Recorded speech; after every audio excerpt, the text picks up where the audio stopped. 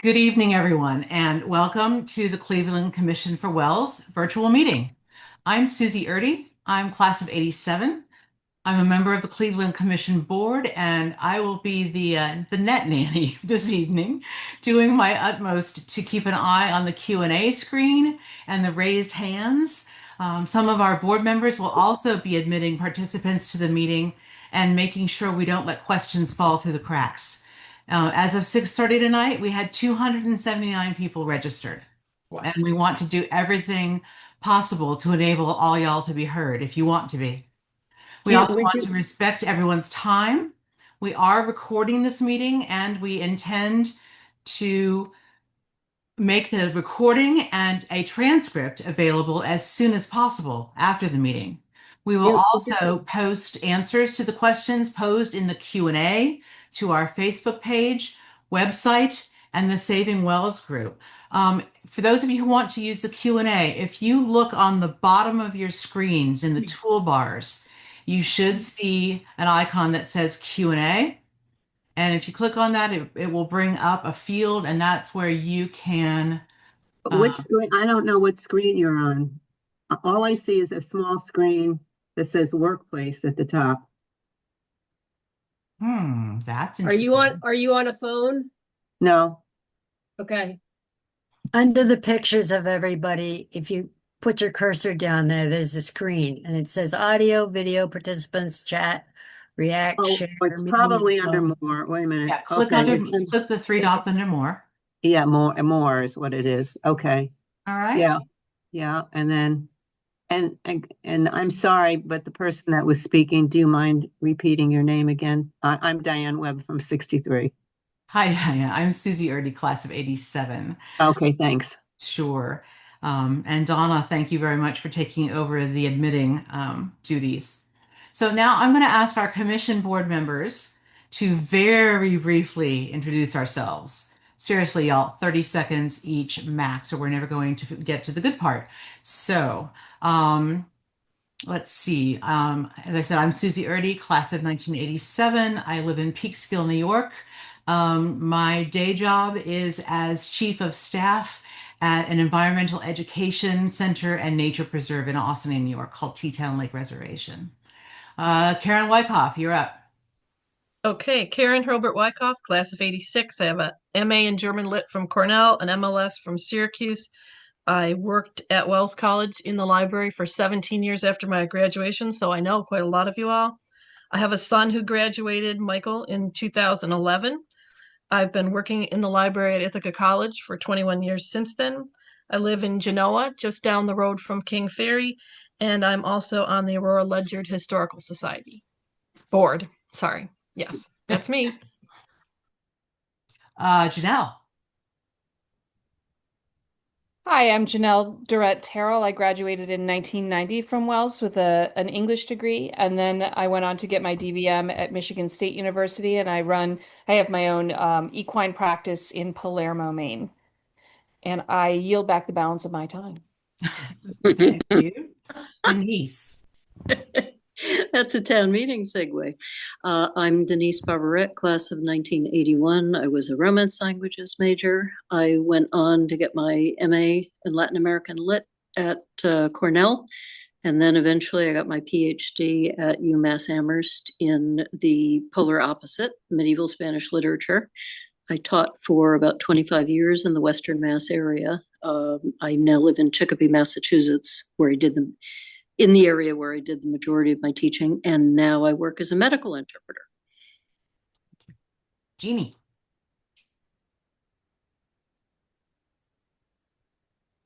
Hi, I'm Jean Lefevre, class of 1984. I was a studio art major with a Italian and art history minor. I went on to get a master's degree in architecture from NC State and have practiced in and now live in Richmond, Virginia.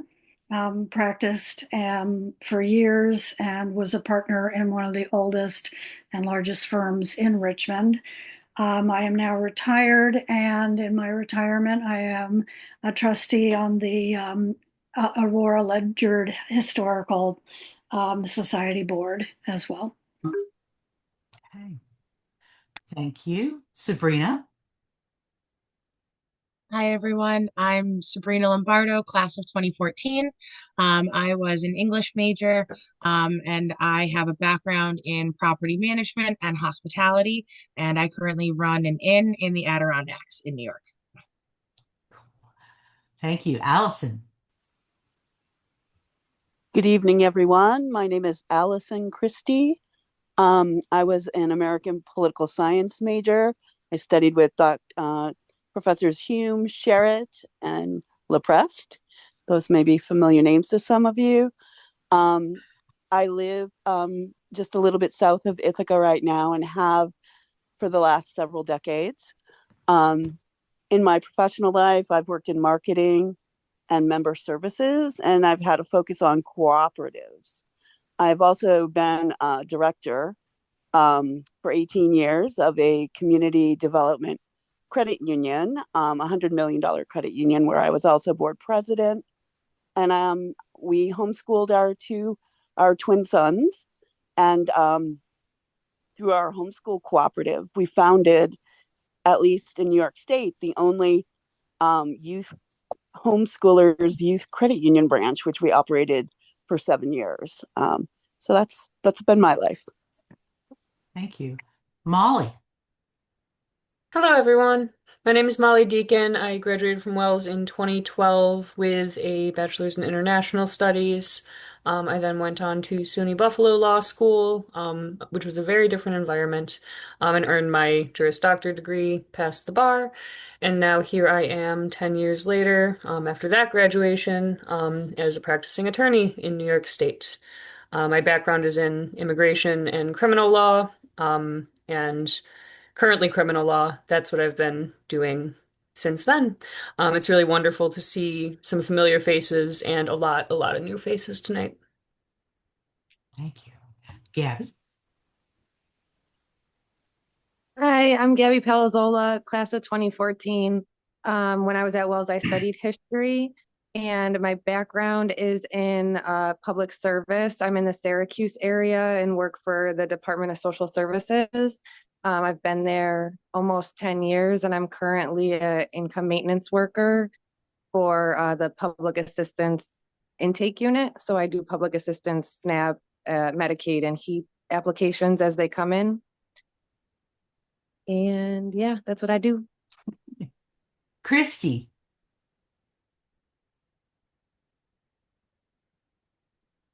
Christy Lee. Bethany, sorry, I'm catching up, everybody.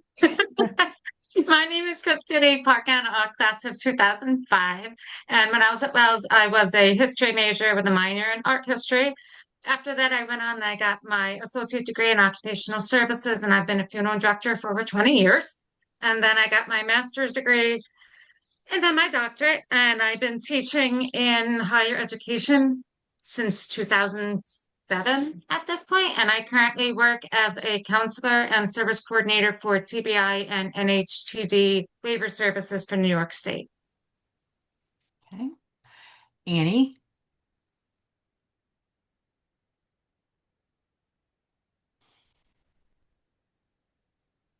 Wait, Annie, you're on mute.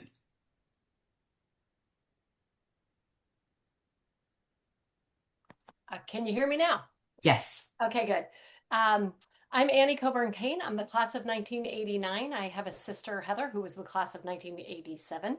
While at Wells, I worked in admissions all 4 years. And after that, I went on to another small liberal arts college in Vermont.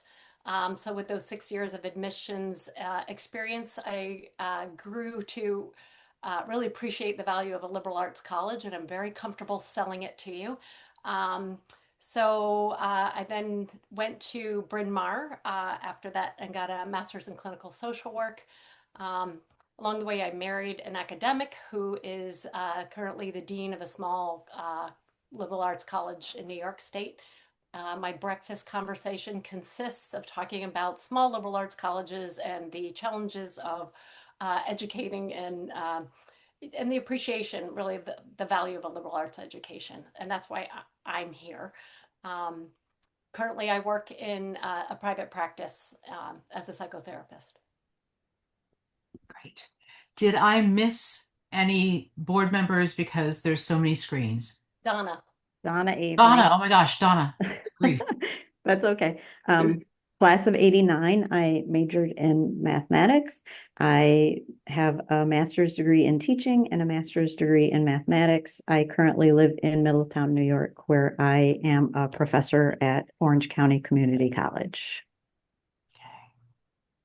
Thank you. I'm sorry I missed you the first time.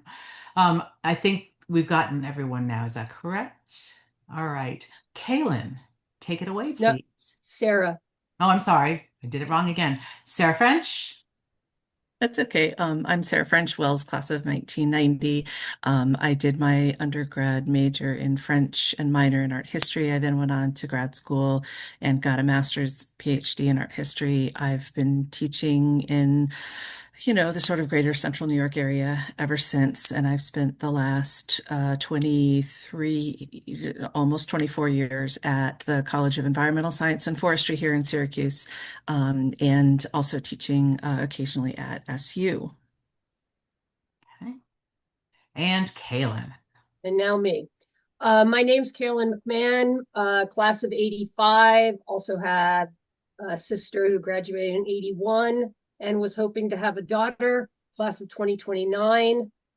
I have a BA from Wells in history, and then I have another BA in philosophy, a joint double major in philosophy and biology from the University of Southern Maine in Portland, Maine. I then moved out to Colorado to pursue my master's in philosophy. Went on to start my doctorate, but bailed basically because I did not want to have to play the high-end academic game, and especially at large universities. I did teach at Front Range Community College in Westminster, Colorado for 16 years, basically full-time. And then I segued and began my own business, actually coaching runners across the world. And so I own my own business right now doing that. My husband is also in higher education, so I still have my foot in that door. And like Annie, we have lively conversations concerning articles from the Chronicle of Higher Education on a daily basis. So while I'm not currently teaching, I'm still very much in that mode. I'm also an author, and I think that pretty much sums up me. I do still live in Boulder, Colorado, and have been here since 1993. So I am the co-chair of the Cleveland Commission along with Sarah French. So we are going to be speaking a bit about the Cleveland Commission, our mission, how we started, and where we're going. Because I'm not going to assume that everyone is familiar with us. We've tried to spread information about our organization, but that's mostly done via social media, and perhaps not everyone is getting that information. So we really wanted to reach out to the community in another way besides Facebook.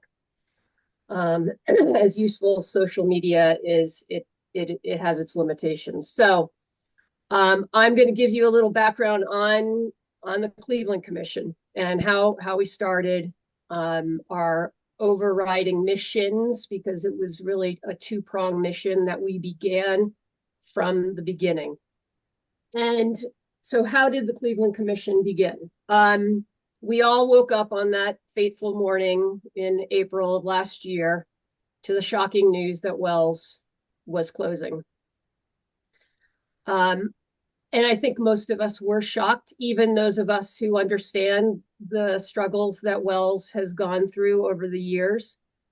And almost immediately, alums started coming together, mostly via social media and certain groups on Facebook.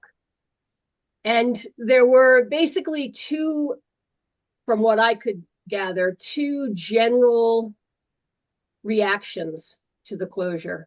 One was sadness and grief, but acceptance. And the other was, wait a second, how did this happen? Why so sudden? What event brought this about? Those kinds of questions. And so I know that a lot of us were grappling with these emotions and questions for many days and weeks. And at some point, I felt the need to start a separate group of people who wanted answers to questions and wanted to understand how Wells got to this place without us knowing.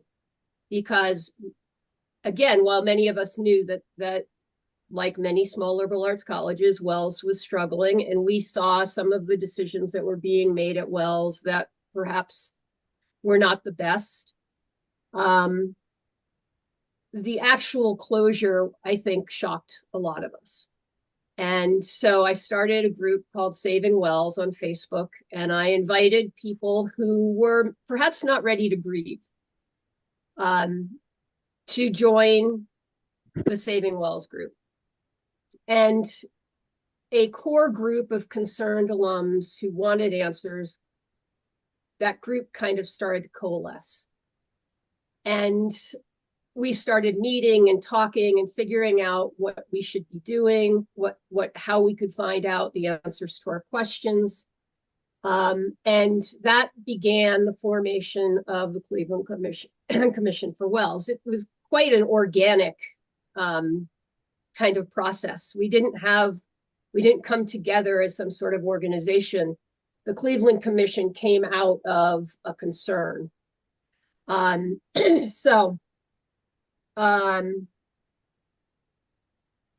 We began to look at our options. We began to study what other schools had gone through that had either announced closure and completed closure, or announced closure and had been saved. So schools like Hampshire, Sweetbriar, Antioch, some of those schools actually closed. Antioch actually closed, just like Wells. Hampshire threatened to close, Sweetbriar threatened to close, and we started studying those cases and seeing what they did that worked and didn't work. Initially, we did not want to seek a legal pathway because that involves a fair amount of funds. So, but we explored the options. Some of us reached out to trustees. We asked for answers to our questions. We requested copies of the Board of Trustees minutes. We were told that we would receive those minutes, and this was long before any kind of legal action was threatened. I was told that I would receive the Board of Trustees minutes, but that it had to go through the president. We never heard anything after that. So piece by piece, step by step, we realized that the Board of Trustees and Wells leadership was not going to communicate with us. Their lack of transparency was going to continue, and we weren't going to get any answers. And any of you who were at the cabinet meeting, the cabinet discussion, I use that term loosely because it wasn't a discussion, in Phipps at reunion, witnessed the lack of respect for alums, the obfuscation, and the continued desire to remain untransparent. So at some point we got together and we said, okay, we need to consult with legal counsel. And we secured legal counsel, we consulted with them. And initially some alums were asking us to try to seek a halt to the closure. And we asked legal counsel about an injunction to stop the closure, not to stop it, but it basically stops the clock on it so that certain questions can be explored. and certain options can be explored.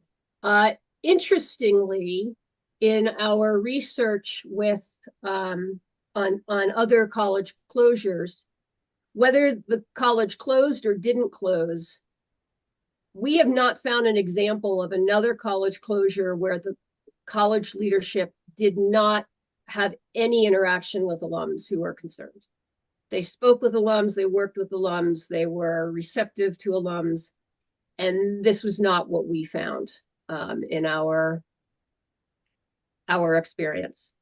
So our legal counsel advised us not to seek an injunction, primarily because of the short time period that we had between the announcement and the actual closure.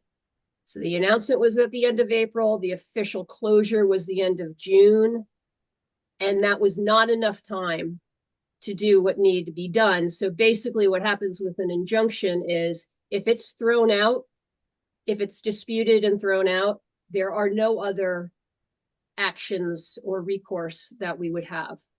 So we did serve the trustees and the Wells leadership with a summons with notice, which was simply our attempt to kind of stick a flag in the ground and say, okay, we're serious about this, and we alums and concerned parties, and we're not just talking about alums, we're talking about faculty, we're talking about part-time faculty who were suing at the time because they're unionized and there were breaches of contracts. There were obviously the students and staff. So it wasn't just about alums. And so all that was we were officially requesting certain documentation and a discussion with Wells leadership. We asked them to meet with us. That was all. We did have a meeting with them in beginning of August of last year.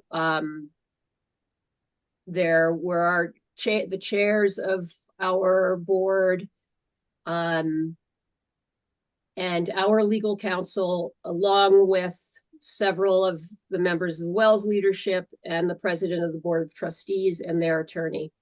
And they said from the instant we were in that room that they were not going to discuss the closure in terms of past events leading up to the closure. They would only discuss how they were handling the closure going forward.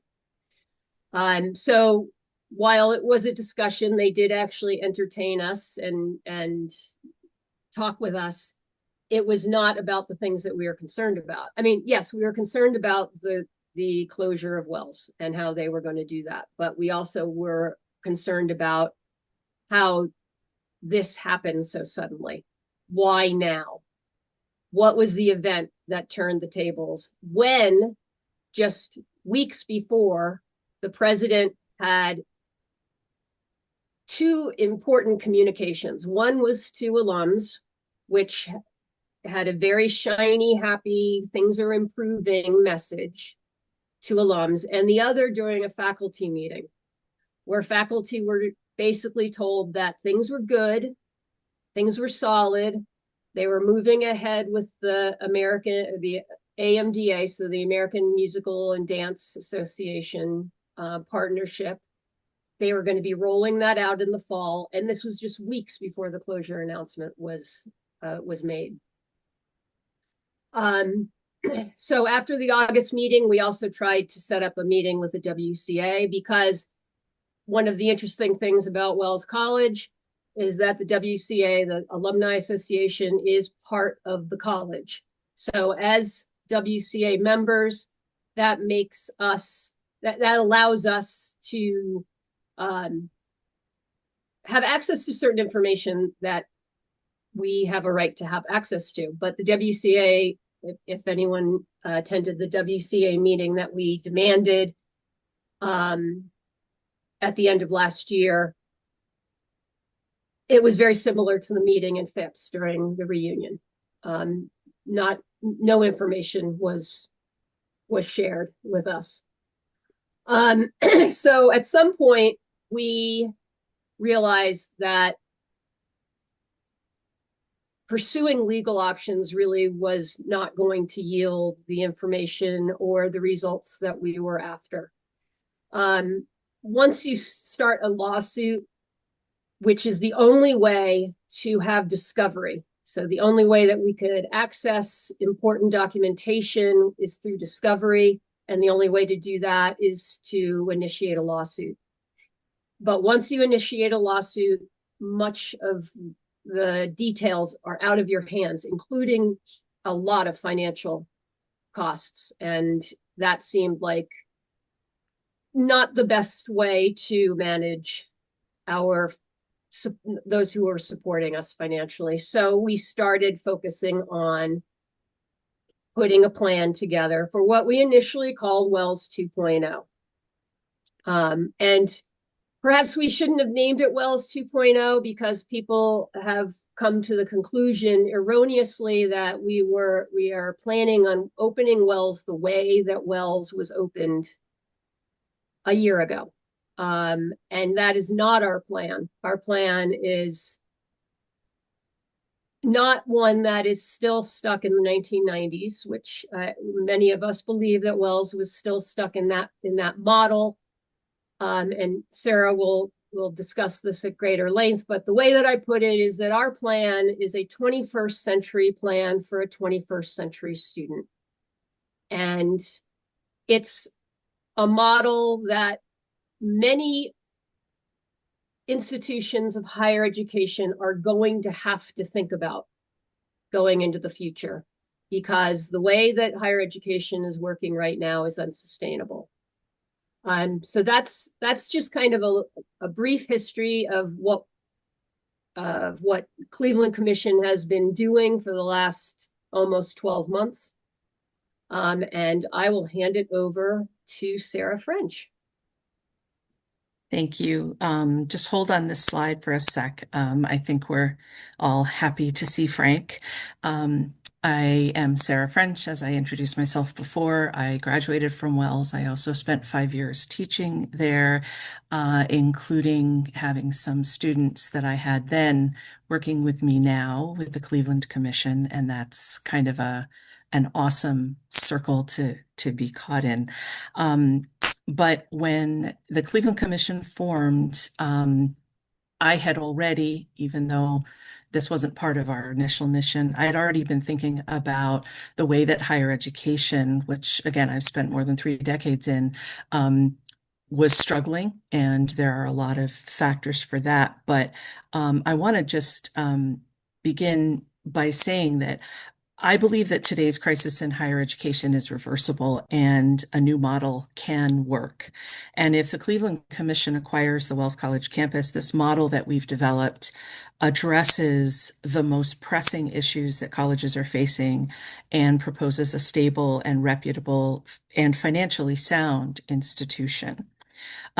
Again, I'm going to refer to this new college as Wells because we have not given up on the idea of acquiring the entity known as Wells College, even though that's not part of the sale of the campus. We're very clear that we know that. And CBRE has very clearly stated that the only part of the acquisition we've put in a bid for is the physical campus. Okay, next slide. So obviously, for many decades, higher education costs have risen, especially tuition, and these costs have been passed on to students and parents largely through the acquisition of student debt. While large institutions have increased costs, many small institutions have kept costs low or tried to. But even so, costs are significant in states like New York. But while costs have gone up, schools have largely moved from a teaching-focused to an administration-focused model. Tuition has increased, but full-time faculty have been reduced. The number of and the costs for administrators have increased exponentially. And as a result, higher education institutions have consistently reduced staff and faculty costs, but not administration costs. I do want to address this idea of the enrollment cliff, which has received a lot of attention, especially over the last year or so, and it's been reported in a lot of mainstream outlets. And I want to just say that having done a little bit more digging on this and talked to other constituencies, that so-called cliff is being measured by those who are manufacturing in some ways a crisis, or at least trying to make people afraid. The statistics that seem to be being used for this are focused on white middle class populations. And it is true that will drop slightly in the next 10 years. But other demographic groups are being excluded from those gloomy predictions. Largely, the white middle class focus is making this seem to be a crisis right now. While those predictions, especially of higher education watchers, have emphasized that students also gravitate toward larger universities in warmer states, there are clearly trends to counteract that. Recent changes in reproductive and gender rights have New York as a far more attractive location for college-age students who are facing discrimination or loss of their rights because of their gender expression or sexual orientation. So there's a lot of statistics out there, and we can manipulate them a lot of ways. But I think it's important to recognize that not every factor that is being reported in the media includes every part of the equation. Next slide. The decline of small liberal arts colleges is a complex topic, and the pressures they face are very real. Real wage declines across the U.S. economy are one of the most important elements, but few analyses are being done to address what I think is a self-inflicted wound that colleges and universities are giving themselves through bloated administrative costs and the diminution of full-time faculty. With no market or regulatory forces to contain reckless spending behavior, presidents have focused on fundraising, not good management. I think that that is a very telling quote. Next slide. The reliance on adjunct faculty and the increase in the number of specialized administrative units and titles means that there are many more layers between students and those who run their academic institutions. With more adjunct faculty, no matter how talented and qualified they are, students do not benefit from the stable and consistent interaction with professors. The modern university and many colleges neglect the primary reason for their existence, which is the students themselves. Next slide. The reliance on adjunct faculty is another method of exploiting a labor pool which is primarily made up of women and minorities. Not all adjunct faculty face exploitative employment, that is true. But when universities and colleges employ more adjuncts than full-time faculty, there is often high turnover, fewer faculty to advise students, which can, of course, then lead to the exploitation of younger tenure-track faculty that then leads to burnout. And there are fewer options for students seeking mentors and references for employment as well as graduate school. Students and parents do not necessarily understand this connection when they're searching for a college. Next slide. The benefits of the small liberal arts college environment are well known to those of us who went to Wells, where we were known to our faculty by name and face, by our interests and our ambitions, by our faults as well as our features. There was no hiding behind a massive class list and falling by the wayside. Our professors knew our names and kept track of us.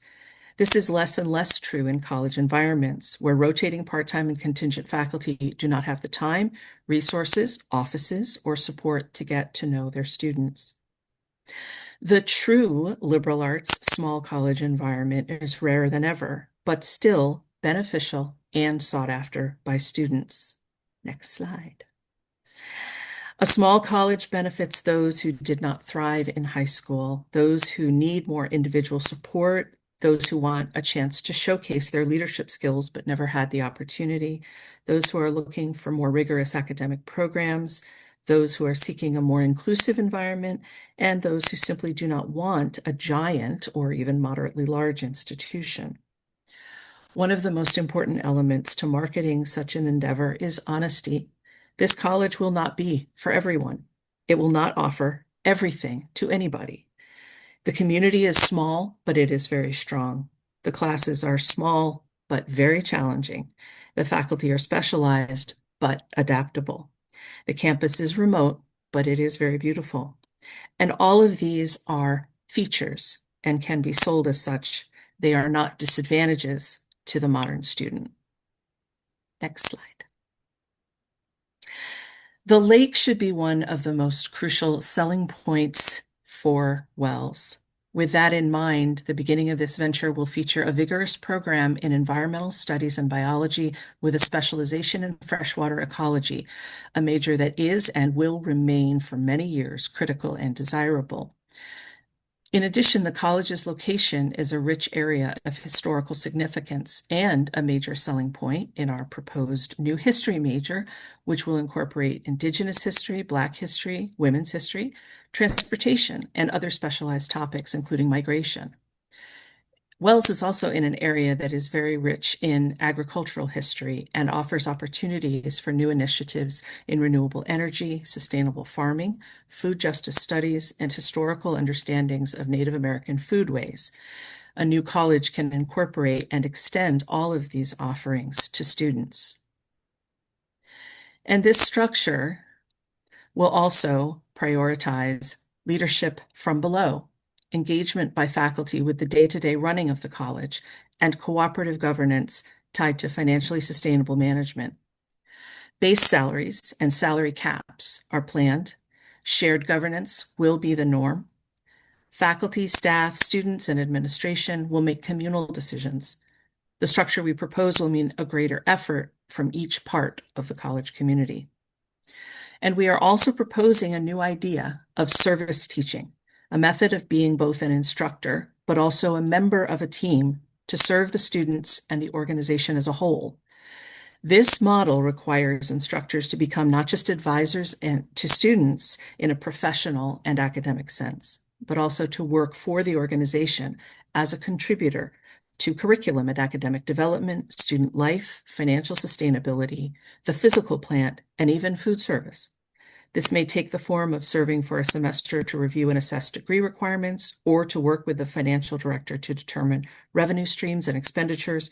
It may even mean working to improve and review policies for food service and ordering.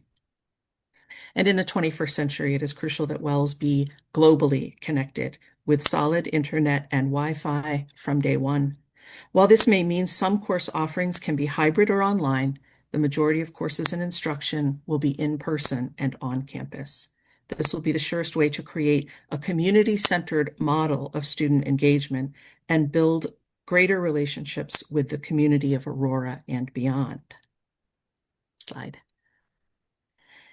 Building such relationships will benefit students, faculty, and staff, but the college should also be aware and prioritize its place in the village and cooperation with such other entities as the Medical Center, the Peachtown School, the Aurora Ledyard Historical Society, and other local stakeholders, including the Cayuga Nation. Slide. We are in the second quarter of the 21st century, and segregating into binary categories of male or female should be superseded by our understanding of gender as a complex spectrum.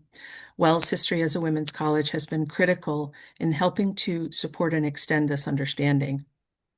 As a result, our revitalized Wells will advocate for an all-gender inclusivity, recognizing the ways that traditional patriarchal notions of sex determinism still affect modern society. We have not as yet made any agreements with any other bidders for the college, but we remain open and willing to discuss cooperation with others should we be the successful bidder, or should we be approached by the successful bidder if it is not us. While our proposal did not draw in any other entity, we are certainly willing to consider all possibilities that will make it more likely that Wells College can remain an institution of higher learning in Aurora for the benefit of future students and the community as a whole. And starting from scratch, where we are, the physical plant is going to require considerable investment, not least from the point of view of accessibility. We have identified possible architects to assist with the upgrading and modernizing of old buildings. The financial part of this will need to be planned carefully as the college grows, because simply put, some buildings are more move-in ready than others. And we have addressed that in other things that we can't share because of our non-disclosure agreement. Next slide. The question of accreditation is one of the key elements of the process to reopen Wells. This is a multi-year process and is already outlined in most of our planning materials. The accrediting agencies listed here, the New England Commission of Higher Education, the Middle States Commission of Higher Education, and the Higher Learning Commission, all generally have the same standards and provisional policies and include a timeline towards accreditation of 2 to 4 years. Within that, curriculum development, of course, is a key factor.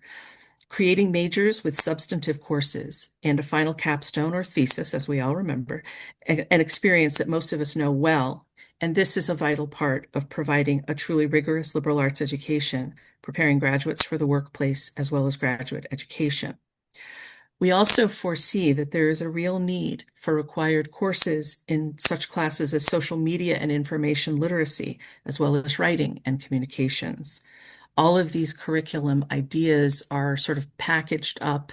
We're designing majors, but again, this has a lot of moving parts to it, including the faculty that we will have, as well as how many students and how quickly they come. Other key parts of the accreditation process, of course, include financial stability, a key element of which will be support from Wells alums who are vested in the success of this endeavor.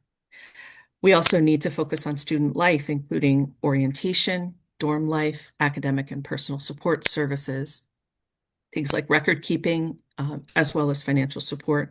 And of course, as always, the physical plant with accessibility issues addressed and rectified when possible.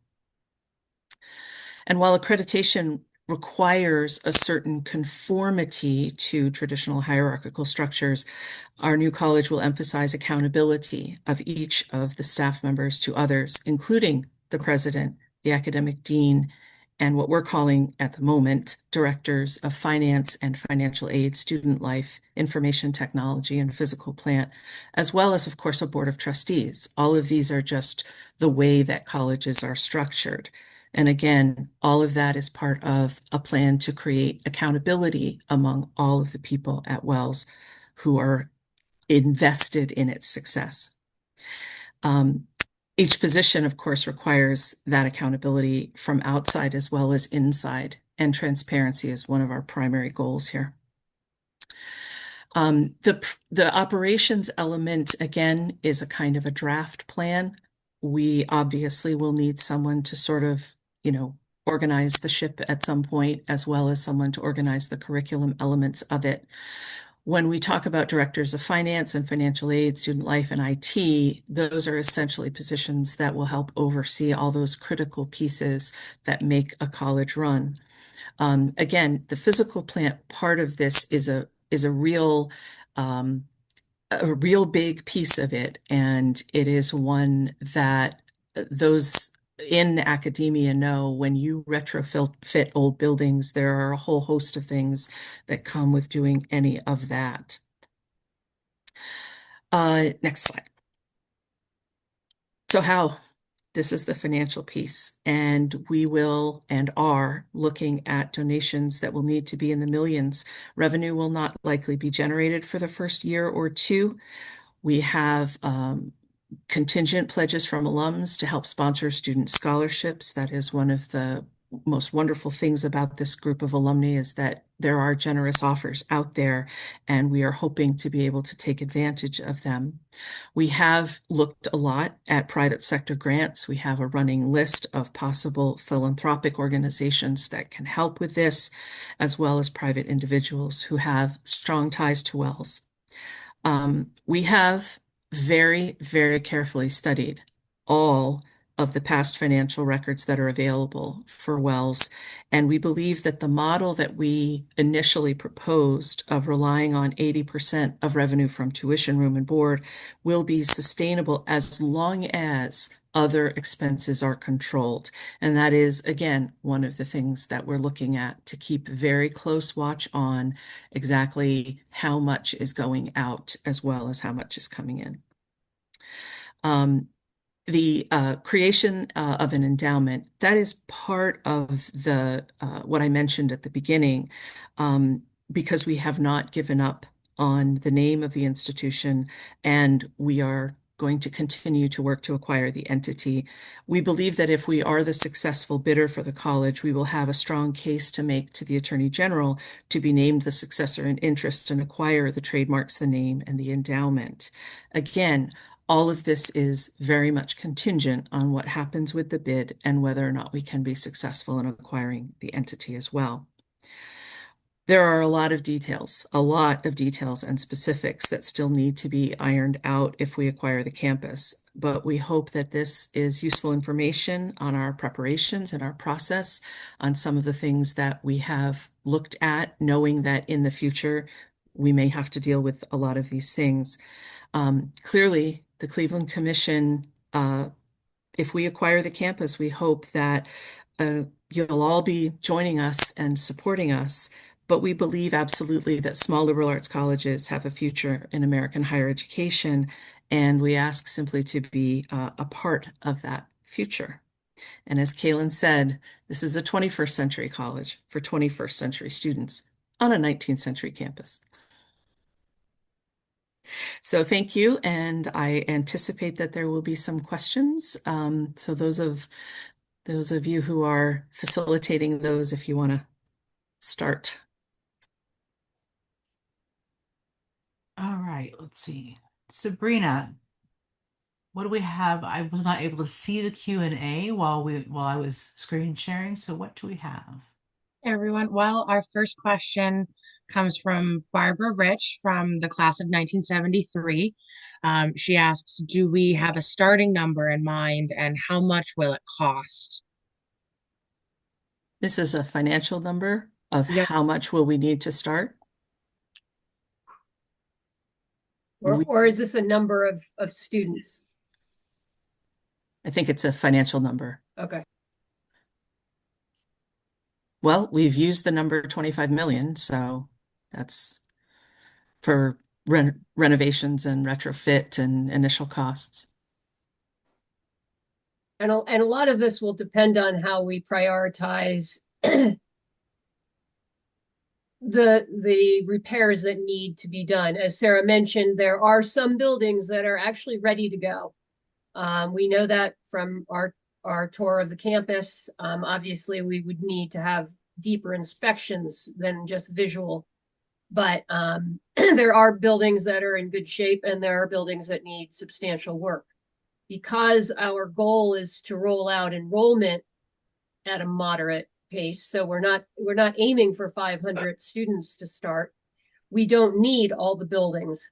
We can be using the buildings that are usable while we are raising money and doing the work to renovate the ones that are not usable at this point. So the number, it's hard to put a hard number on that until we had a schedule of what needed to actually be done. And that would have to have an in-depth inspector beyond simply a visual inspector. The inspection report that we received from CBRE was several years old. So some things had been repaired and some things are now in disrepair.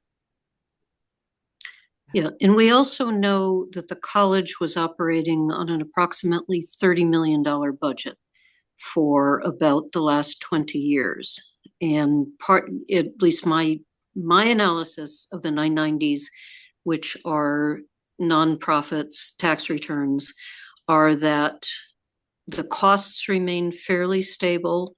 But what happens, since the college was relying on 80% of its income from tuition and fees, as enrollment started to dip, which it did from about 564 students when Gibraltar first came in 2015, I believe, as enrollment started to dip, the income from tuition and fees also went down while the expenses remained fairly constant, which seemed a little bit odd because by the time the college got to the end, they had lost 40% of the student body, and yet the expenses seem to remain about the same. So we know about how much was needed per year.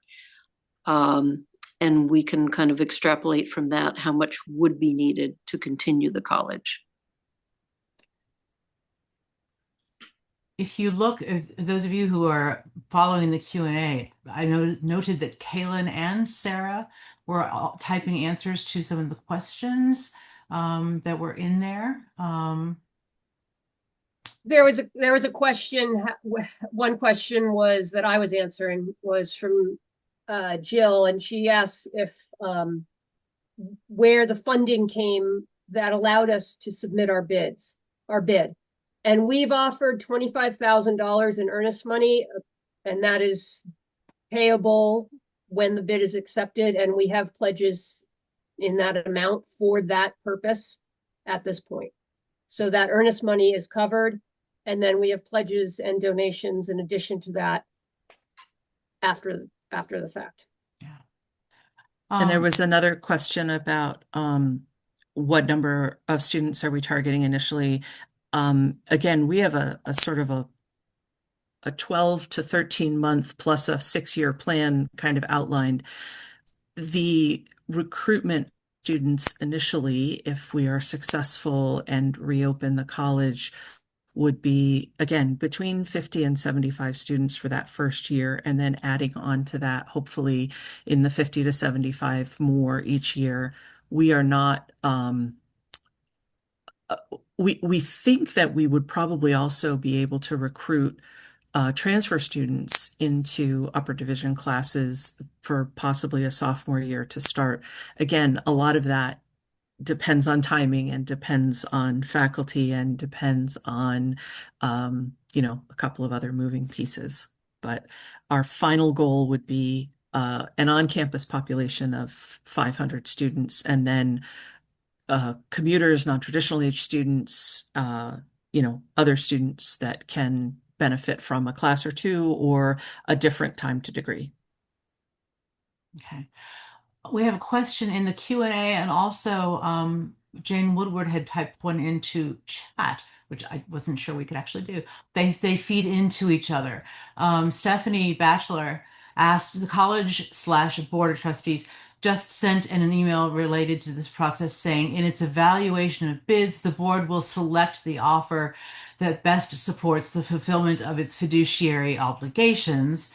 Do we know what these fiduciary obligations include other than financial considerations, if any?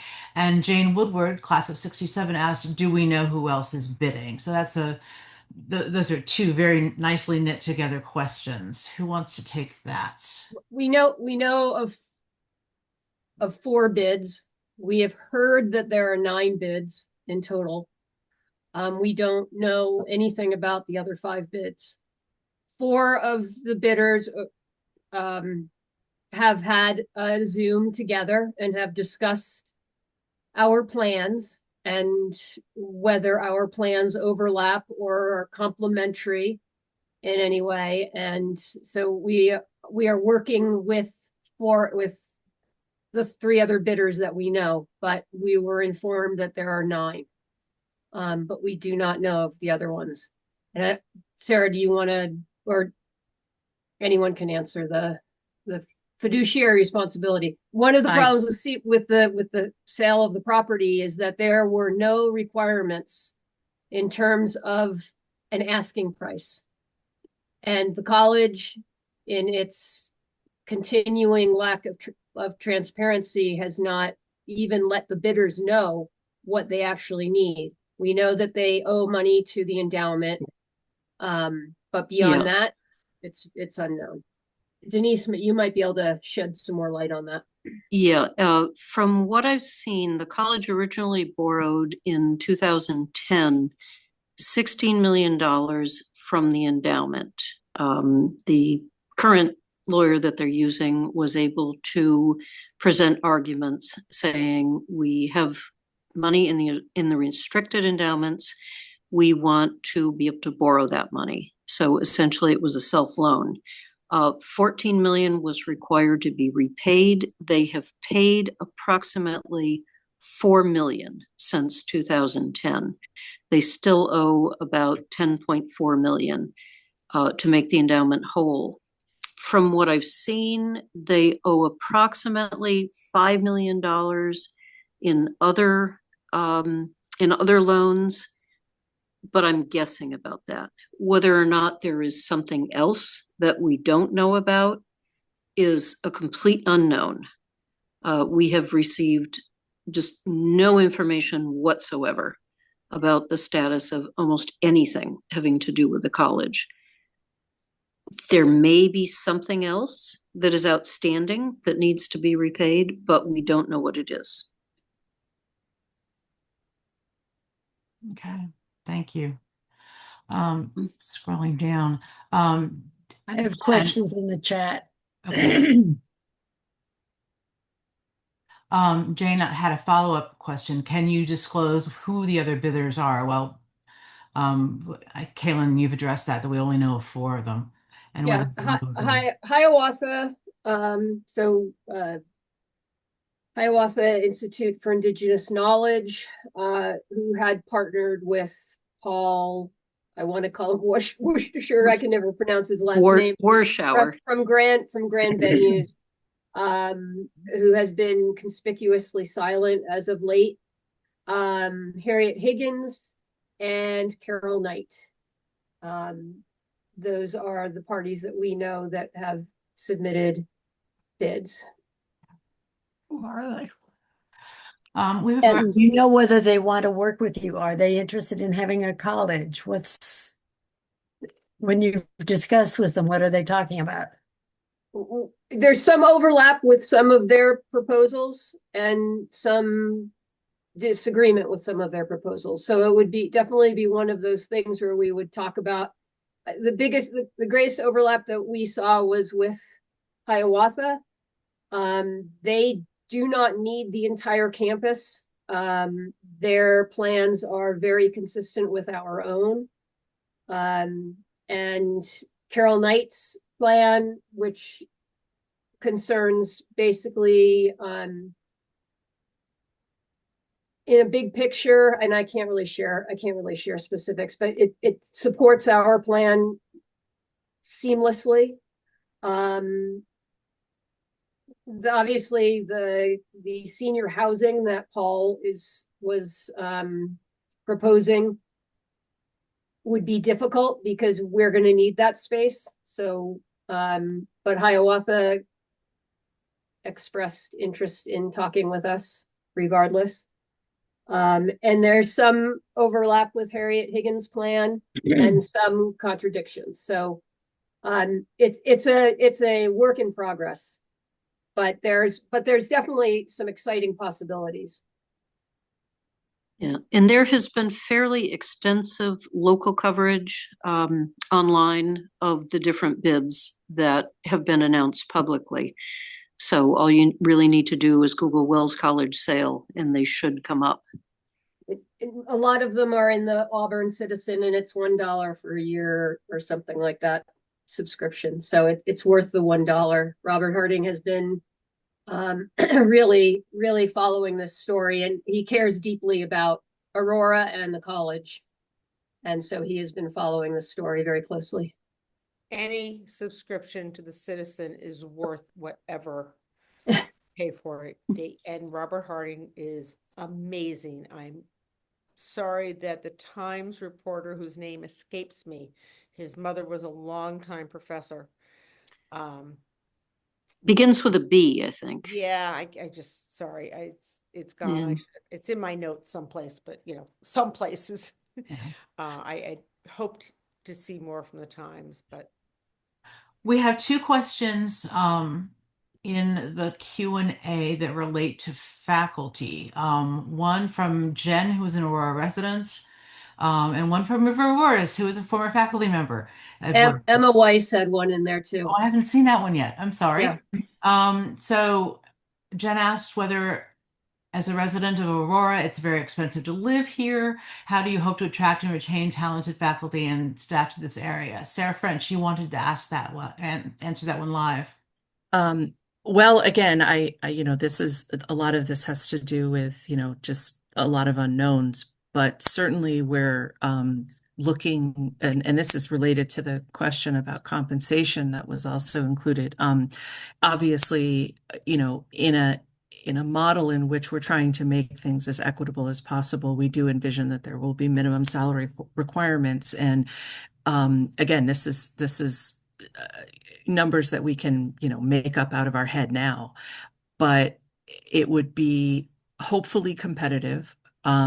We would hope that also as we, again, make the buildings on campus more accessible and more livable, that we would be able to offer the possibility of temp housing if a faculty member, say, was from Buffalo, and they were teaching Tuesday, Thursday classes, that, 3 nights of accommodation could be included.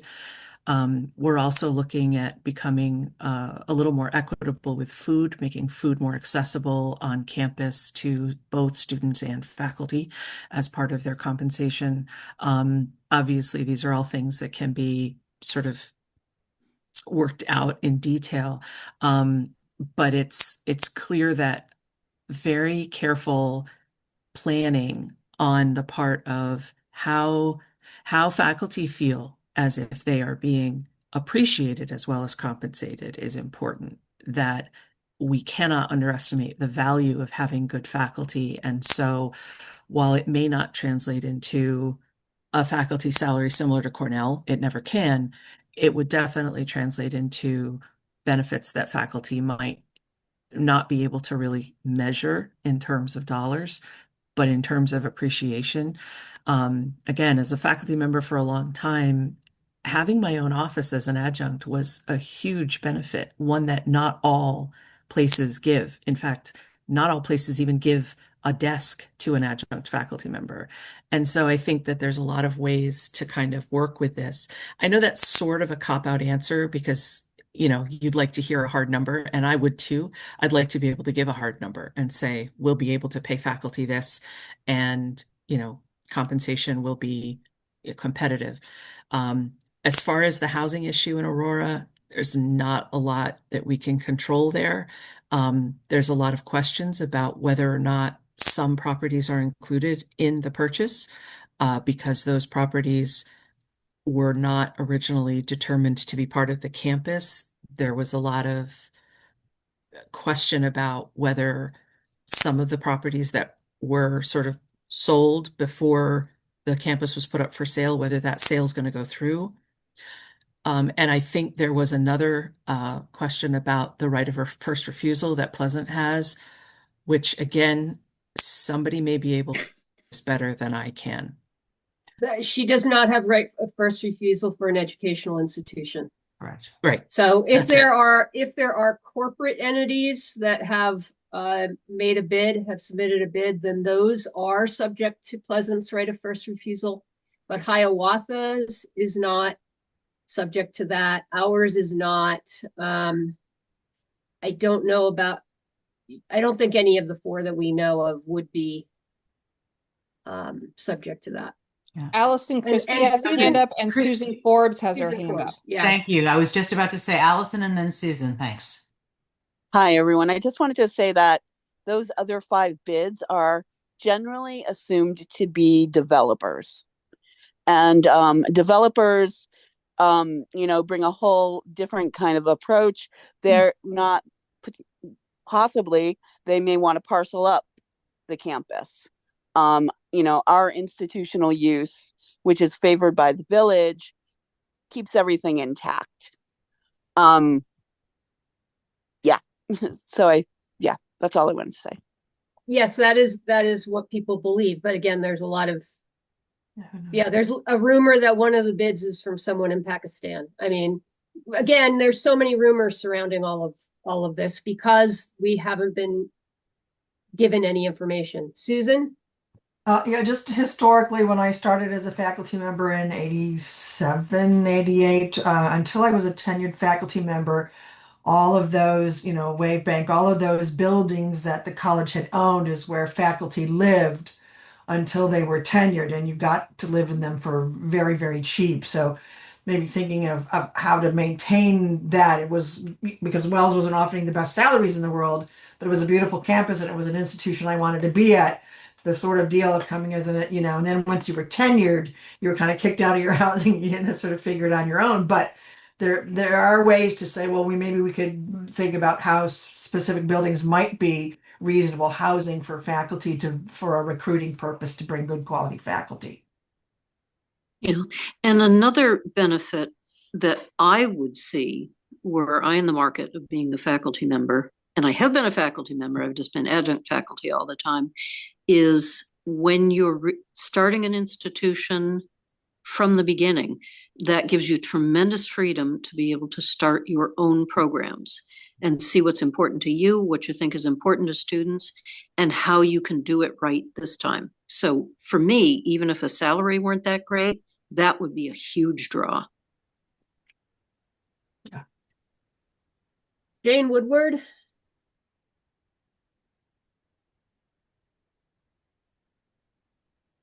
You're on mute.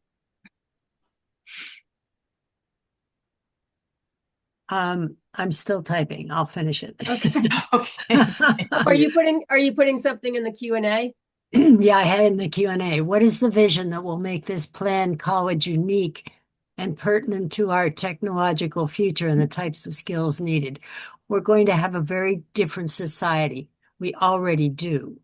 So how do we attract people with the money to make this work that will make it work for parents who are trying to make sure their children will fit in today's society and be successful?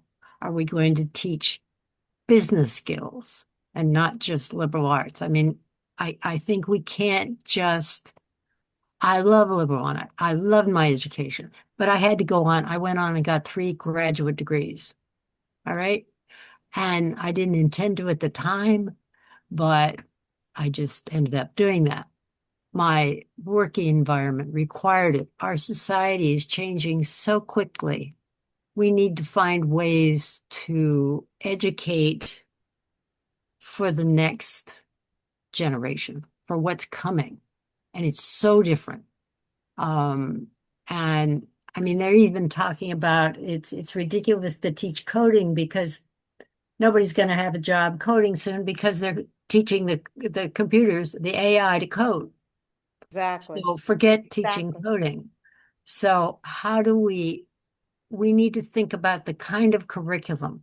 I mean, I learned analytic skills in majoring in German and French.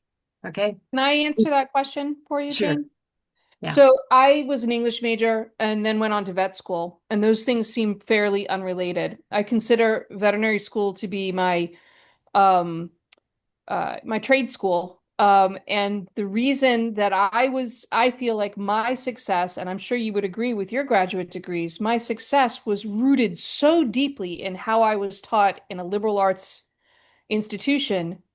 That's what we're selling. It doesn't matter if coding is going to be done by us or by AI, or what kind of next generation technology comes out, or the way the world is run, or whether Bitcoin takes over everything, because it's going to be the people who have the flexibility to think critically and to interact with the world because of the way that they were taught at a liberal arts college that are going to be able to take on all of those challenges. I totally agree with you, by the way. The analytical skills I learned made me successful in the 3 different areas I worked, which was educational communications and technology, law, and public So we administration. just have to sell that. Yeah. So but we need to find a way to do that effectively. A recent study by the Federal Reserve showed that those with liberal arts educations were employed at a higher rate than those who were engineers and had computer science degrees. Now, of course, whether they were well employed or not is a question, and that I can't answer that. But the fact of the matter is, I think most of us would agree that our liberal arts education has allowed us to be adaptable and to be able to learn. We've learned how to learn. And once you've learned how to learn, you can pretty much do anything with it. and one of the problems, and as a parent of a newly high school graduated kid, I see that parents are concerned about the ROI. What's the rate of return? Or rate of investment? Is this a degree that they're going to be able to get a job? And while there are going to be students who are looking at that, there are also students who are still looking for a liberal arts college and a liberal arts education. There are a lot of small liberal arts colleges that are doing very well and have, they have way more applicants than they can accommodate. If you look at places like Skidmore, Bowdoin, Smith, Wellesley, I just visited Wheaton with my daughter, also a historically women's college. It's doing great. Hobart William Smith. I mean, there's a lot of small liberal arts colleges that are doing well, but they know why they are doing what they're doing. Exactly. And Wells has not. Colby, I mean, they're all out there. They're out there. Wells has tried to be everything for everyone, and it ends up being nothing for anyone. So our aim is to find our people, to be clear on our mission, and it will attract the students who are looking for us. I know I've got one who wants to go there, who wanted to go there. They are out there, and we're not looking for 500,000. We're looking for 500. And that's 0.0000625 of the approximately 8 million full-time four-year college students in the US. But right, Kaylin, which is Kaylin, still, even with the so-called demographic cliff, there are still more students going to college today than there were in the 1980s.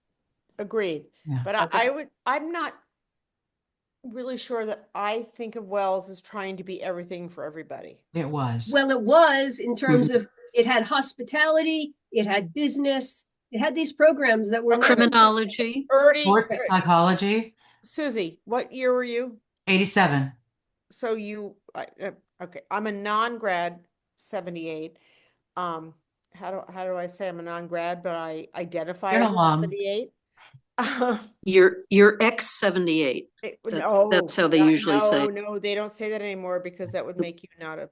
It means expected, not friend raising. But anyway, I actually think they really thought they were one of the seven sisters, and in fact, I was told by any number of people 40 more years ago that we had been invited, so to speak, to be the eighth sister, and said, no, thank you very much. We prefer to be Wells College. And I respect the hell out of that decision.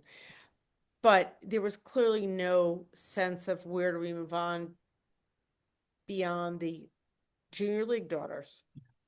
When I said that I agreed that we were trying to be all things to all people, I'm basing that on the walk that one of my classmates and I took a walk through Macmillan on the Sunday of reunion last year, and we looked at the titles of the faculty who were offices, and there was sports psychology, and there were all of the sports psychology. Yes.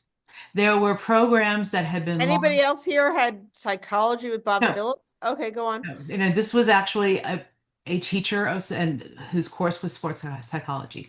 But the point I'm trying to make is that in the latter years, Wells tried to be everything to all people, whether that was attracting baseball players who wanted to go to Syracuse and would spend a year or two at Wells, or just majors and programs of study that really left the liberal arts no, you're right. far behind. I'm really sort of beating if I could jump in here real quick, just to reiterate just as someone who attended Wells between 2010 and 2014, it was very commonly said amongst the students that Wells was going through an identity crisis.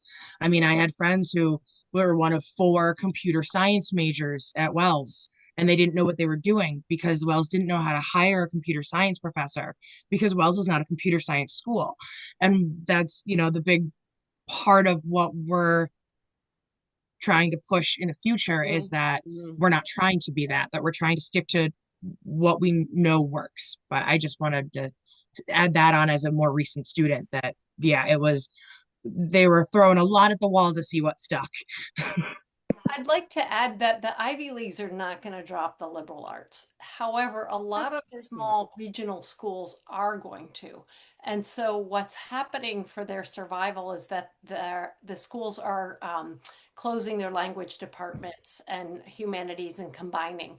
And so to sell Wells as a strong liberal arts institution with a good price tag, I think there's a market for that.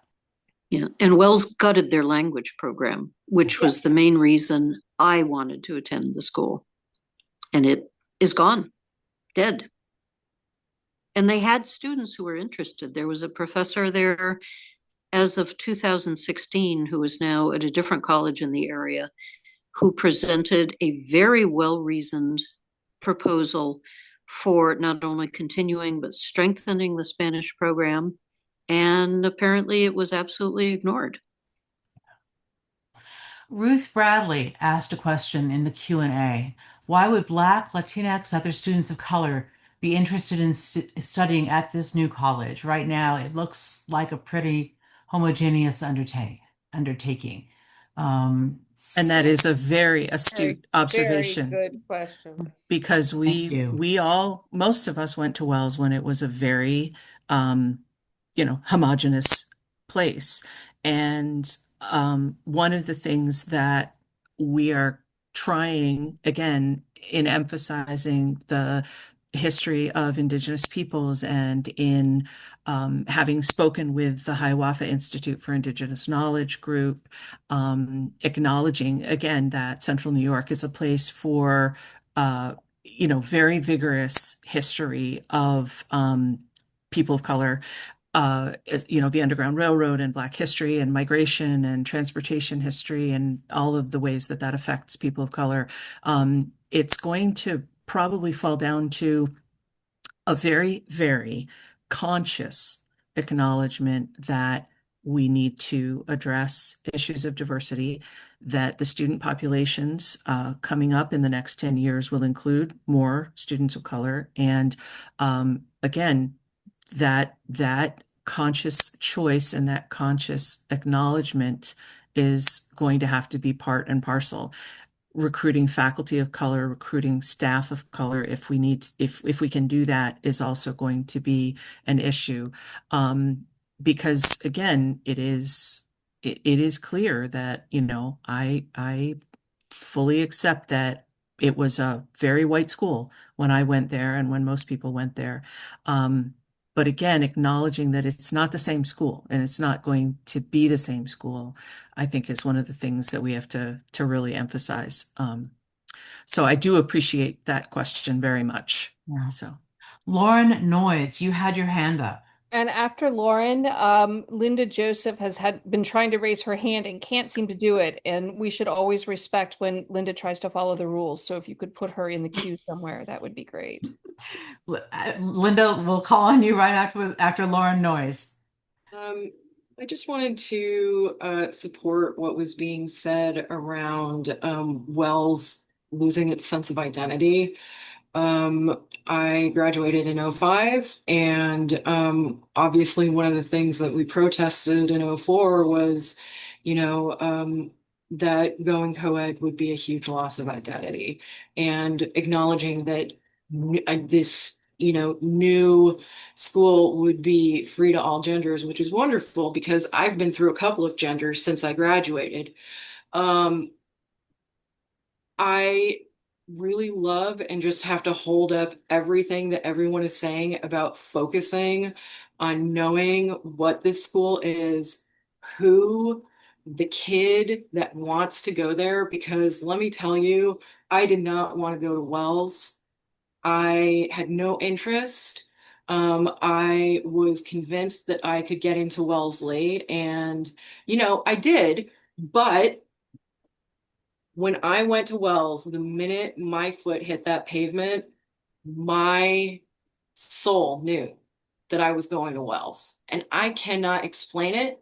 And I know that there are so many alums who have this same story where it's like, it was not clear until you got on that campus and you felt that energy and that space where we could all explore who who we were becoming without having to also think about, all of the other factors that come in when you're in a huge university setting.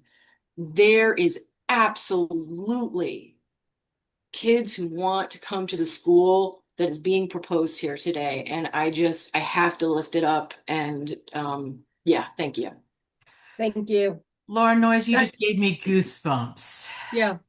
My daughter, when I brought her to Wells last March, a month before the closure was announced, I had never been pushing her on it. I was just like, let's go see it. And we were walking down to the lake and she said to me, I could see myself here. And I mean, still saying that, I get choked up because I had the same experience. So thank you for sharing. Yeah. Yeah. Linda Joseph. I have a crazy question. Lisa, we're calling on Linda Joseph next. Sorry. So question or comment, and so somebody asked a really good question, and it's one that I struggle with, but still believe. I 100% believe in my heart of hearts that liberal arts is the way to go. This coming from someone who was an English philosophy double major.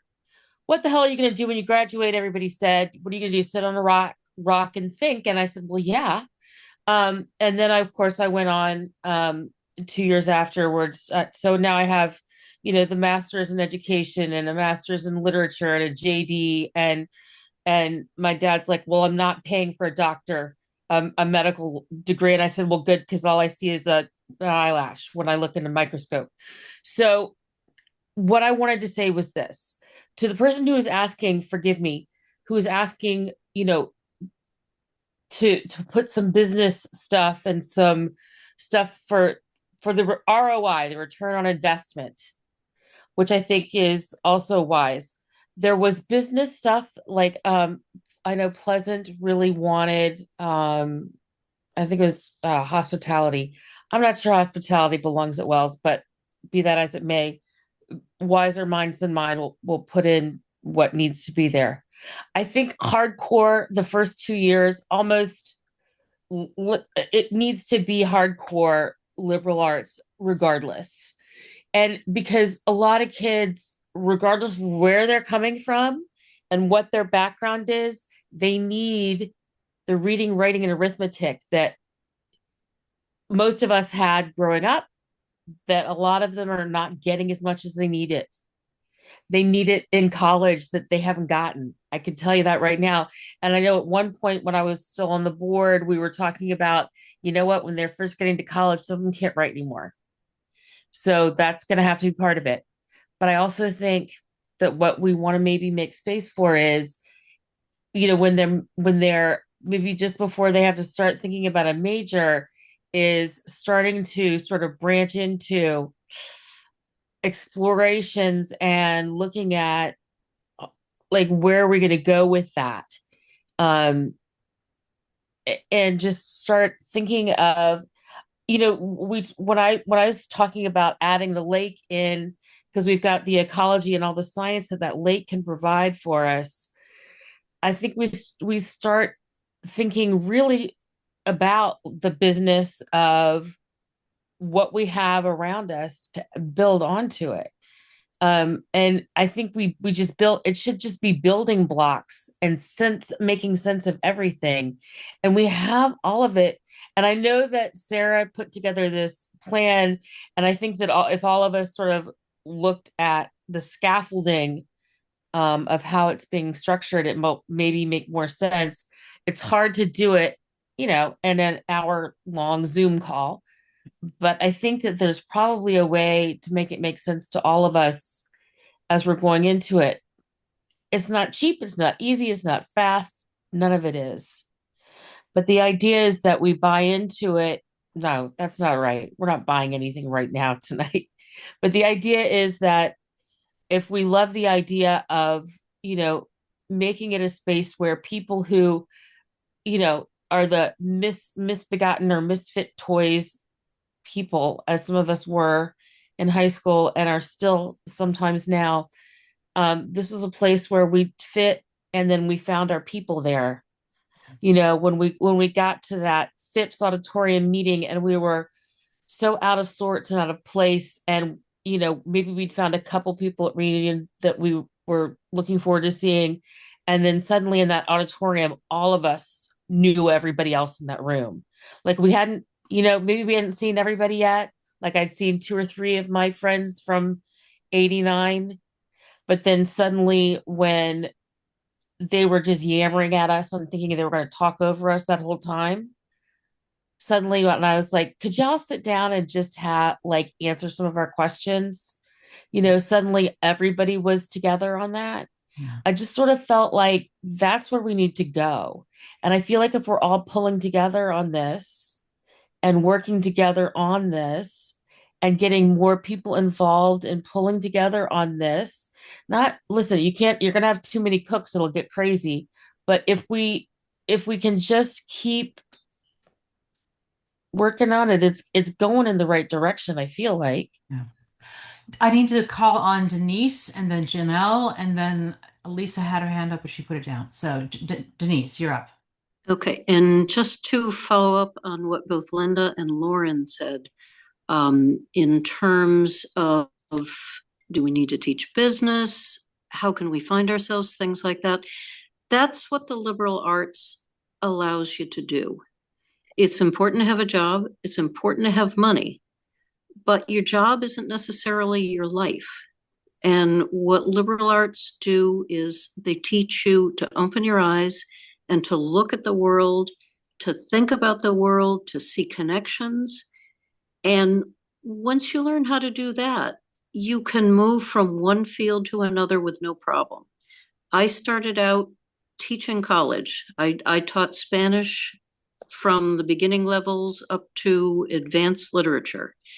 And then I moved into medical interpreting, which is in some ways connected, but in some ways very much a different thing.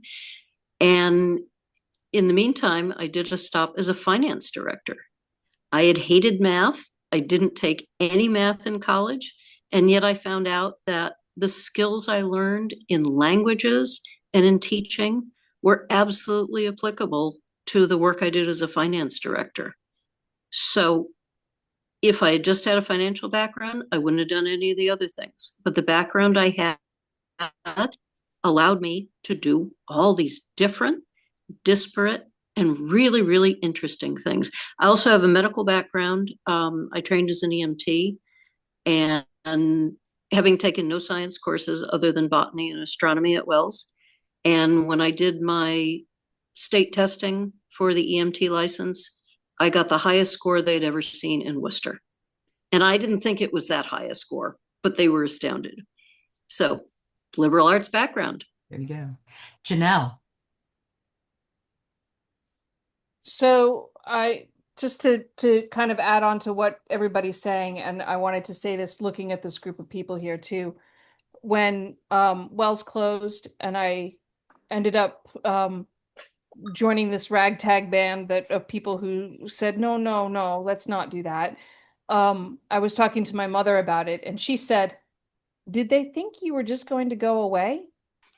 And I look at this group of people and I'm hearing the questions that you guys are asking and the ideas that you're bringing to the table. And I don't know what they were thinking. Like, I don't know. They're the ones who educated us. And here we are talking about this. So there is value in this. Just look at this group.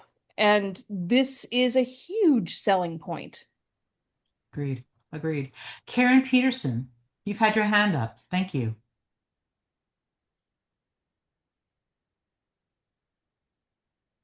She's unmuting. Can you unmute? There, thank you. There you are. Appreciate that. Um, yeah, when you're talking about setting foot on campus, I think I was thinking about foster kids, um, being a group of people that don't get much support at all, and talk about diverse, but fostering kids to come to campus, to visit campus, to see, uh, like for a week or something like that. That would be fabulous. But I mean, just for a day visit would be good. Um, and maybe getting alums to, sponsor, transportation if or help with transportation if somebody needs that sort of thing. Um, um, Also, at land grant college with New York, well, but with on a state level, not land, but a grant sort of college where there would be things in addition to liberal arts, say that the like the nursing initiative or the uh, or the AI initiative, um, uh, computer whatever. Um, I think those kind of initiatives could be in could have a place, but be funded pretty much by the state. Um, I see things like philosophy. Fredonia just got rid of the philosophy department. I was only one of two philosophy majors 50 years ago, but I don't know. Talk about going on to do other things. I didn't go to law school right away. I went to library school first, and then uh, all but dissertation in English and a teaching fellowship, uh, and then law school, and then I'm now a massage therapist, and I prefer that to. I liked everything I did, but I like the current one best at the moment. Anyway, It's interesting, Karen. Thank you for mentioning foster youth because I actually have a connection with someone who has envisioned a way to start a school for foster kids who have aged out of the foster system, but need a sort of bridge time yeah, to get more skills, basic adulting skills, we would probably call them. And so that's not part of what we're envisioning, but it is something that is out there and is a possibility. So I'm glad that you mentioned that. Thank you. yeah, I'd like to see them, get to Maine, like freshman students would get Maine. Um, anyway, if Maine was up to snuff, Yeah. which hopefully it would be. Thank you. Meredith Kajeski, you have your hand up, and then Allison Christie. I just wanted to say that, like other alum, I too had that moment when I first got to campus where I just knew I was going to go there and couldn't really explain it, even though I visited during the summer and no one was on campus. And I'm class of 2017, so I'm younger than most people in this call, I believe. And I wouldn't have found Wells if I wasn't recruited to play volleyball. Um, so I'm a little curious if athletics are part of your plan. I know when I was there was a good proportion of students were athletes, and I don't think that many of us would have even heard of Wells without coaches reaching out to us. And then a second part of that is also if you're looking at study abroad options, because although I would have gone to a school that I wouldn't have played athletics at, I definitely wanted to study abroad. That was something that was a very that was something that I needed in a school, and something that was really important about Wells. So I'm just curious if either of those are things that are in your plan. Um, well, as far as the study abroad thing, I am an absolute 100% enthusiastic advocate for making that an integral part of this.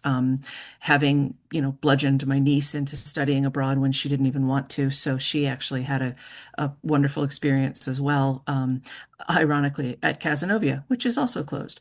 But yes, study abroad is absolutely something that can be integrated easily into this curriculum model. And hopefully, again, as we grow programs, again, thinking about starting out, we're looking at 4 to 6 majors and then growing that over time. Again, this is just understanding that everything takes time. As far as athletics, again, a lot of us played sports at Wells and had a great time with it. it's not necessarily something we're going to roll out right away. One of the problems is the way that the NCAA administers and interferes in athletics. I don't know if you had a good experience with being an NCAA athlete, but it is one of those things that once you invite them in, it makes things quite different. But absolutely, things like club sports and teams. One of the things that we talked about was the way if people are interested in athletics, they can again start with a club or a club team that can then, work on developing it more and building it if they want to. That is a definite thing that certainly a lot of students can participate in, and some of them are really good at organizing those things as well. And that would be another element of that, finding your leadership skills because you want to and you want to do it for something you're passionate about. So, although we didn't incorporate all of the same types of athletics initially, certainly there are, definite elements to putting that into the student life picture because it is a really good and important uh, factor in student contentment and student success. Yeah. Allison, thank you, Sarah, so much. Hi. So I just wanted to make a pitch before the call was closed. If any of you have been holding back on making a pledge for the refounding of Wells, I hope that you'll reconsider and make a pledge. Pledges are only due if our bid is successful. And I also want to urge everyone to consider signing our petition to the New York Attorney General. We have, as I like to say, one bite at this apple, I think, especially to get an intact campus. And so we're trying hard to work every angle and making the Attorney General aware that we are hopefully the preferred option for restoring the harmony that existed basically for 156 years between the village and our college, um, is the best course for everyone. So I just want to urge you to consider the petition, making a pledge. If you go to our website, it's very easy to find both of those options. Thank you. Thank you, Allison. Gabby, and then I'm going to ask Kaylin and Sarah if they would like to wrap us up. I just wanted to say how much I liked the sports question. I was class of 2014 and was on the first women's basketball team. I mean, there was an initial team in the early 1900s, but the program was discontinued for a very long time until 2010, when I also really went to Wells for basketball. I wanted a bigger school. I wanted something farther away from home. But I absolutely fell in love with the campus, and there was like 7 girls on the team, and I was like, oh, I'm gonna get playing time. Like, so that ended up being what brought me to Wells. And I feel like I was around that time that it started, the student body started to change into a lot of athletes. And I find it interesting that you say that in 2017 it was mostly athletes, and I can't help but feel like that kind of goes back to, you know, we're not, just like we're not a business school, we're not a sports school. So trying to rely only on recruiting athletes, I mean, were our coaches recruiting harder than our recruiters? I'm not sure, but the decline in numbers and, increase in one population is a little worrisome to me. But I thought that was a great question. And I also do still have contact with my basketball coach at Wells, who started a women's team from the ground up. So when we are ready for that, I mean, we have resources to get us through that. I think it's an important balance to strike, that you, agreed, having gone to the University of Colorado, where literally they started canceling periodicals for their library to fund their football team, which has been losing for years. That's out of balance. Likewise, having a student body that is mostly recruited via sports is out of balance. But I think sports is an important part. I'm a professional running coach now, and I've worked with, Olympic athletes, and I believe that sports is an important part of a good college experience for those who want to take part in it. The question is balance. Division 1, no. Division 2, no. Division 3, I think is a good balance for a school like Wells to aim for. It might not happen immediately, but it is certainly something that I was a diver and a swimmer, and it was an important part of Wells for me. It wasn't the focus, but it was an important part of it. So I think that including that is also important. When I was there weren't athletic scholarships. So, there's that issue too. And one of the reasons we've seen in the financial records that we've seen of Wells is that they put a lot of money into sports, and that might have not been the best use of their funds and resources. So, but it's certainly something that board members value. Okay. Sarah, do you want to say anything to wrap us up? Or Kaylin, do you have anything else to add? Kaylin? I hope that we've opened up a line of communication. We are always available to talk with people. We are very transparent, 100% transparent, and we want to share our plan, and we want to share our excitement for this plan. And we believe that a liberal arts institution like this can survive, and that not only that, but our country needs it. So, and future kids want it. And one of the immediate feelings I had when the closure was announced was that future generations were getting ripped off. It wasn't fair to them. And so many of us came together and said, well, we're so glad we got it. And I felt, man, that is so selfish. We should try to save this for future generations. So I really want to thank everyone who joined and is interested in at least listening and learning about our program and our plan. And thank you for being here.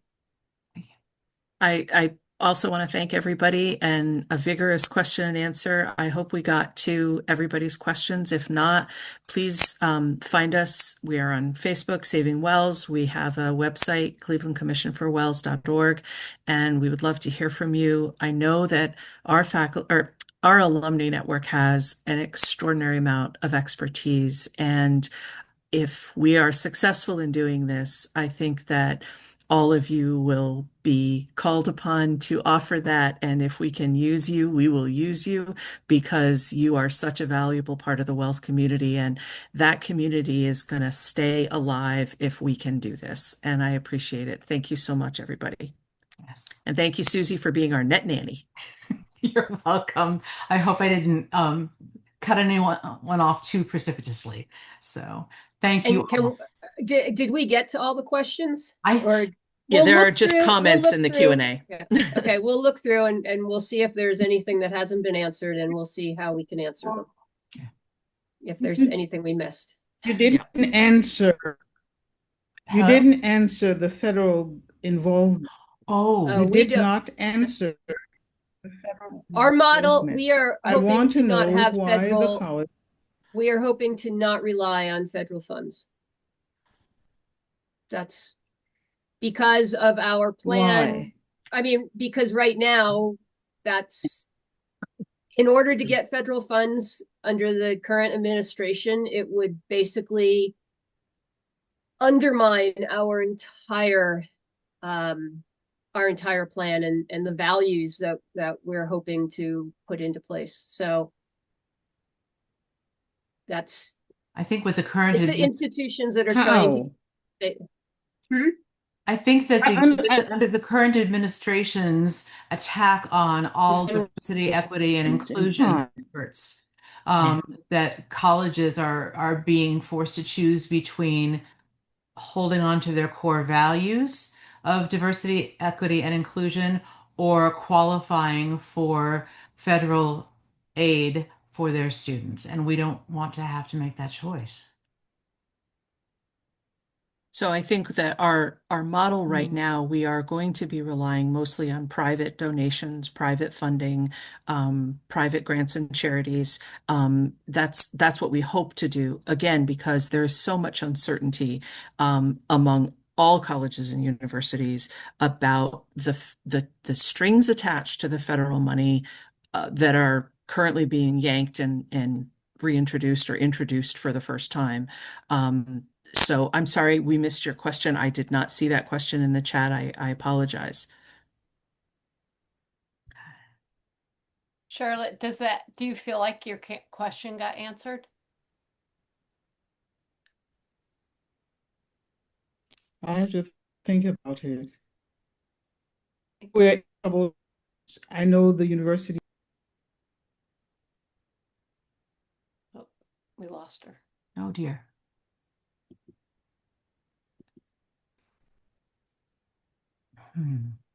Is she still on? I can't see her. Did she get disconnected? It sounded a little spotty at the end, so I wonder if her connection didn't go on. Yeah, I was having trouble hearing her. We can try to answer that more fully when we post answers on the Saving Wells and and our website.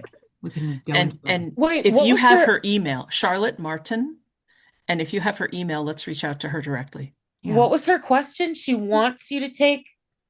Yeah, she was wondering. Yeah, she was wondering how we can do this without federal funding, or what our position was on federal funding, and why we didn't. Right now, every single college and university is very much in flux on this. No, I'm with you. I don't want you to take it either.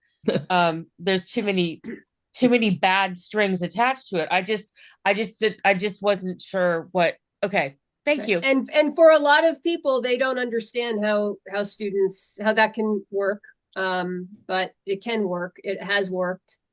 And before we regain accreditation, federal funding isn't even an option for us. That's right.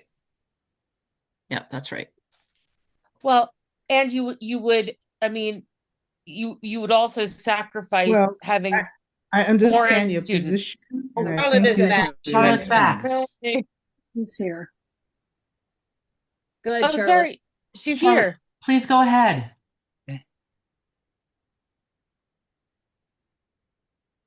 Oh, where did she go? Charlotte's still here. Charlotte, do you have anything else to add? Yeah. Because we thought we lost you. Thank you for your response. You did, thank because you for my your internet question. kept going in and out. I don't know what that means. Thank you very much for your response. Thank you. But would there be a plan to consider it in the future after accreditation? Yeah, depending on the administration in place. Right. Because unfortunately, even given our model and the demographic we are seeking, we would not be receiving federal funds anyway. Yeah, well, I mean, I've worked for universities and in some financial roles, and yes, universities are still receiving it that have DEI, and open DEI. American University is one of those in Washington, D.C. So it's right. So it is not every university. Yet. Yes, right. But taking the federal money makes you vulnerable. And we'd love to have a model that is independent of that can be sustainable without having to live in fear that the federal government is going to come someday and, mess you around. Because we've demonstrated we're not going to shut up. That might not be a bad thing, though. I think what that point boils down to is to have the choice, right? You don't want to be forced into a situation where you will have to compromise those values. If we're able to get the accreditation done and we're eligible to, bring in students on FAFSA, federal student aid, fantastic, but there has to be some sort of safety net for if, let's say, somebody does away with FAFSA entirely. a future. You're actually talking about what I was thinking about as FAFSA. So, So I think that element of independence accounts for, yes, there's a possibility that federal aid could be a possibility. Um, However, future proofs if student aid through the federal government does not remain a possibility.